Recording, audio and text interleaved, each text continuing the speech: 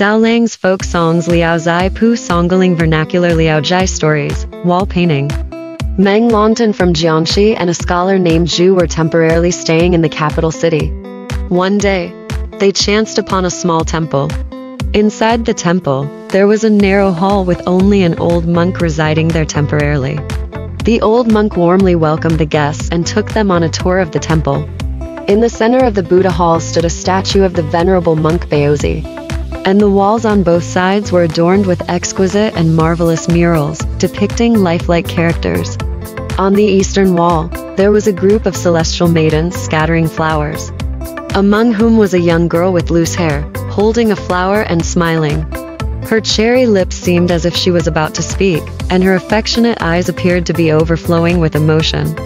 Zhu, the scholar, was captivated by the young girl, and his mind wandered, lost in deep thoughts. Suddenly, his body felt weightless, and as if riding on clouds and mist, he found himself flying onto the wall. The hall and pavilions before him seemed unlike the earthly realm. An old monk was delivering a sermon on a high platform, surrounded by many monks in their robes, listening attentively. Zhu, the scholar, stood among them. After a while, he felt someone tugging at his clothes.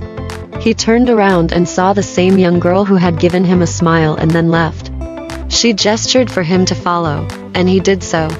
They walked through winding corridors until the girl entered a small room.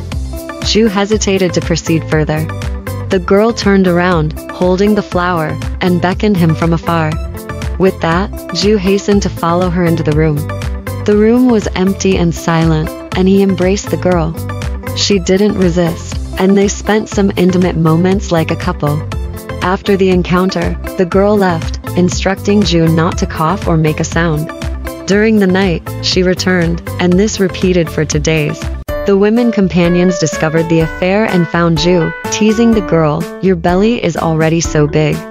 And you still want to pretend to be a young girl with disheveled hair?"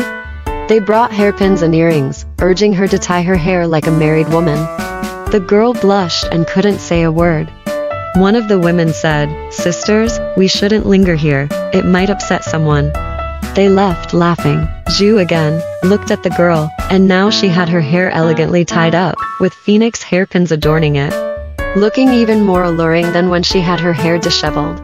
Seeing no one around, Zhu began to embrace the girl again, intoxicated by the fragrance of orchids and musk. As they indulged in each other's company, they suddenly heard urgent and resounding footsteps, followed by a clamor of voices. Startled, the girl sat up on the bed, and Zhu joined her in peeking outside.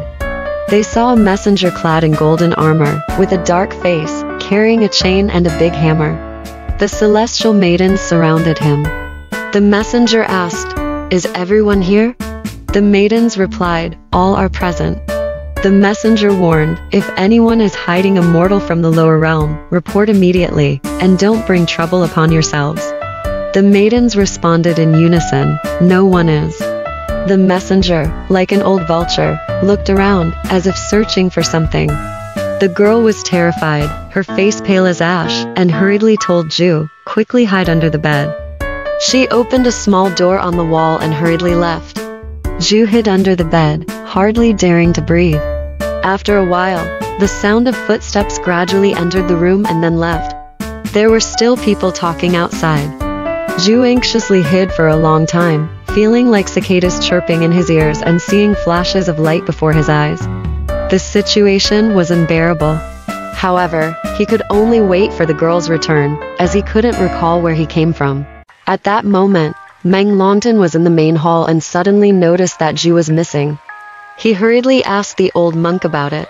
The old monk smiled and said he went to listen to the scriptures. Meng Longtan asked, "Where is he?" The old monk replied, "Not far from here." After a while, the old monk tapped on the wall and shouted loudly, "Master Zhu, how can you travel so far and not come back?" Zhu's portrait appeared on the mural, standing quietly with his ear inclined, as if he was listening to something. The old monk called out again, "Your companions have been waiting for you for a long time." At this, Zhu floated down from the mural, feeling disheartened, dumbfounded, and standing there like a statue. Meng Longtan was greatly astonished, and slowly inquired about what had happened. It turned out that Zhu had been hiding under the bed, and when he heard the thunder, like knocking sound, he went outside to check and returned to the real world. Everyone looked at the portrait of the disheveled hair girl, and now she had her hair tied up, no longer the girl with loose hair. Zhu was puzzled and bowed to the old monk, seeking an explanation. The old monk smiled and said, "Illusions originate from the human mind. How could I know?" Zhu felt frustrated and puzzled. Meng Longton was amazed and uneasy. The two bid farewell and left the temple. According to Yi Shishi, all illusions are created by the human mind. Truly the words of a wise sage.